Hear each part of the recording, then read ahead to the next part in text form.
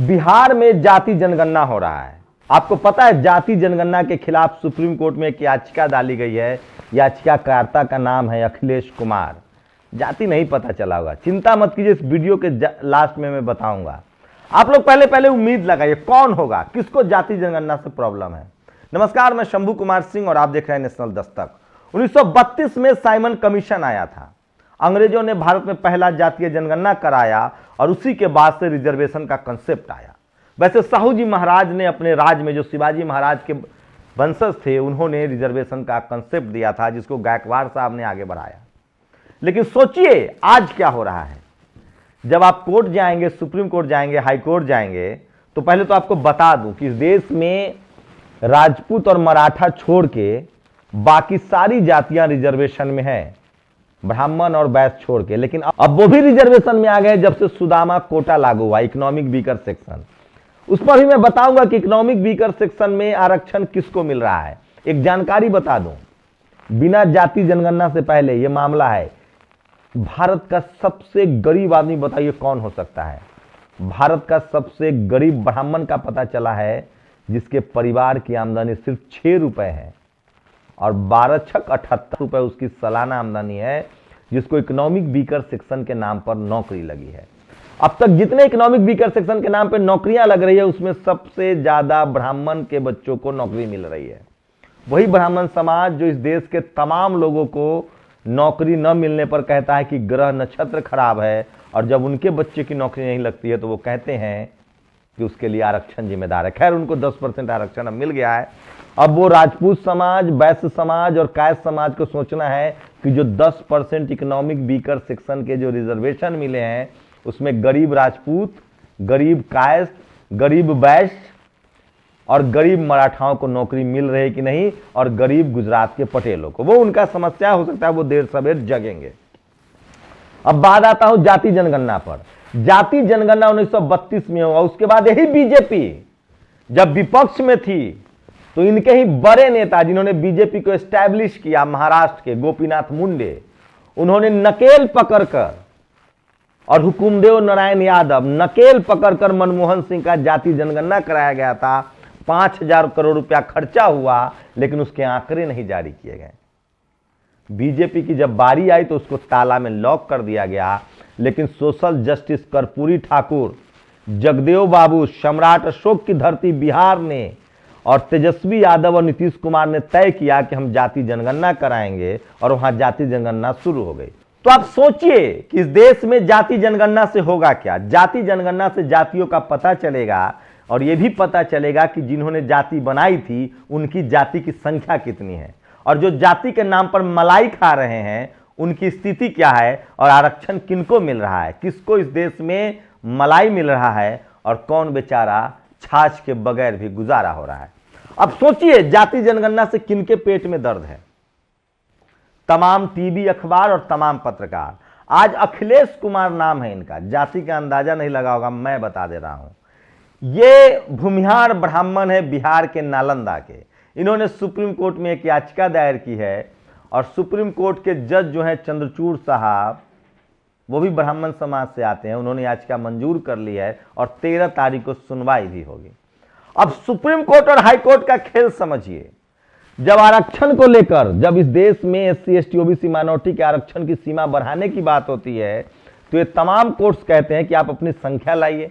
जैसे महाराष्ट्र में मराठाओं को कहा कि तुम्हारी संख्या क्या है, इसकी गणना कराओ। यूपी में OBC का आरक्षण खत्म हो गया। बता दूं, यूपी के OBC में जाट और गुर्जर भी आते हैं। इस देश में जाट और गुर्जर पूरी तरह से रिजर्वेशन में है, क्योंकि OBC रिजर्वेशन में है। 90% मुसलमान OBC रिजर्वेशन में है। कई जैसे हरियाणा के जाट सेंट्रल पैनल में नहीं है, स्टेट पैनल में नहीं है, लेकिन सेंट्रल पैनल में है। यूपी के जाट और गुर्जर भी OBC कम्युनिटी में आते हैं।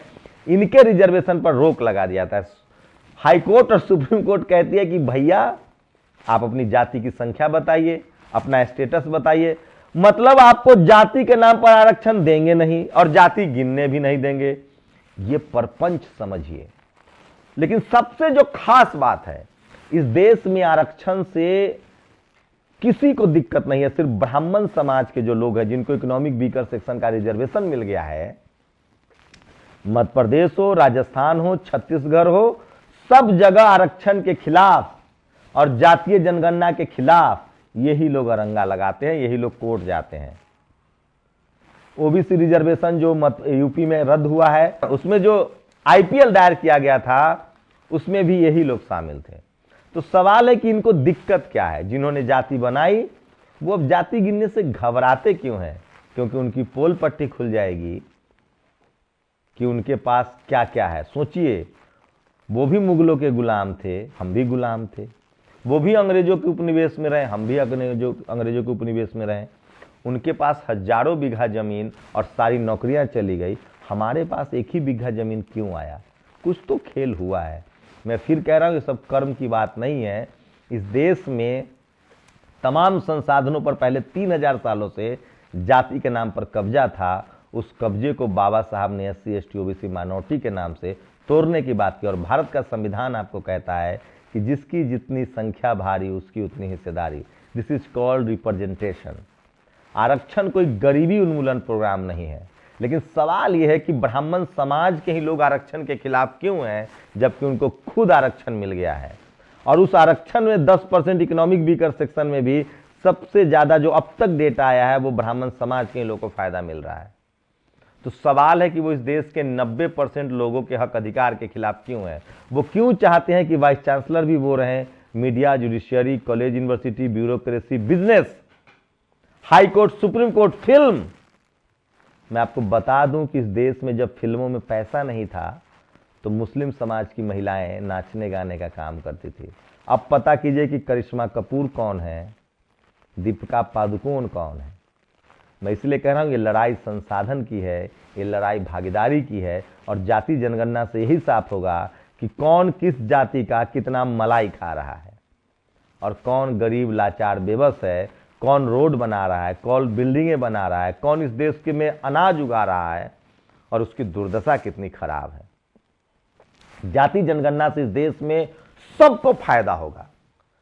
जाट, गुर्जर, पटेल, मराठा, राजपूत, कुर्मी, कोई सबको फायदा होगा, सिवाय एक जाति के। ब्राह्मण समाज की हकीकत सामने आ जाएगी, जिनकी संख्या सबसे कम है और जिनके पास सबसे ज्यादा भागीदारी है, रिप्रेजेंटेशन है, ओवर रिप्रेजेंटेशन है। इसीलिए उन लोगों को लगता है कि जाति जनगणना रोक दी जाए। सोचिए, एक मामूली सी खबर, आज के डेट में सबसे बड़ी खबर है कि जाति जनगणना की याचिका सुप्रीम कोर्ट में स्वीकृत हुई। 13 को सुनवाई होगी। जूते घिस जाते हैं सुप्रीम कोर्ट में सुनवाई के लिए। 20 को पहले इन लिस्ट था। मैंने उस साहब से भी बात की है जिन्होंने याचिका लगाई है। दरअसल मुझे कंफ्यूजन हुआ कि साहब अखिलेश कुमार नालंदा, कई बार कॉन्स्पिरेसी होता है, किसी SC ST OBC माइनॉरिटी से ही तो नहीं लगवा दिया गया याचिका। तब पता चला कि नहीं, वो भूमिहार ब्राह्मण हैं, वो रवीश कुमार की जाति से आते हैं।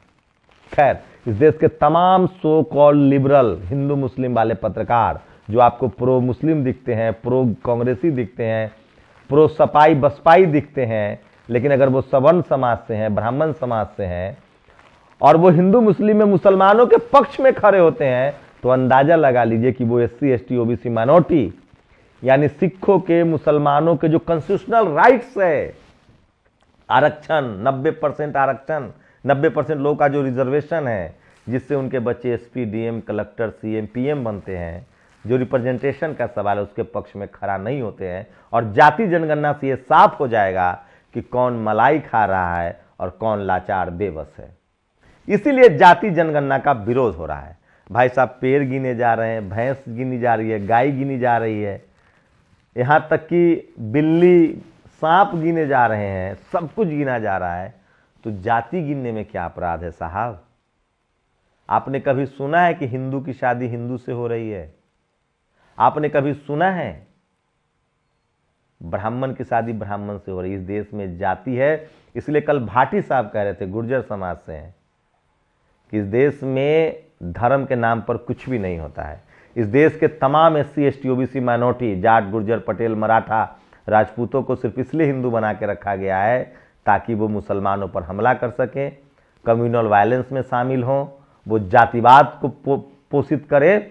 लेकिन जब उनके हक अधिकार की बात आती है तब उनकी जाति सामने आती है। पता तो करना चाहिए कि इस देश के media, judiciary, college, university, bureaucracy, business पर, फिल्मों पर, खेल पर किनका कब्जा है और कौन लाचार और बेबस है, इसकी जानकारी जाति जनगणना से ही मिलेगी।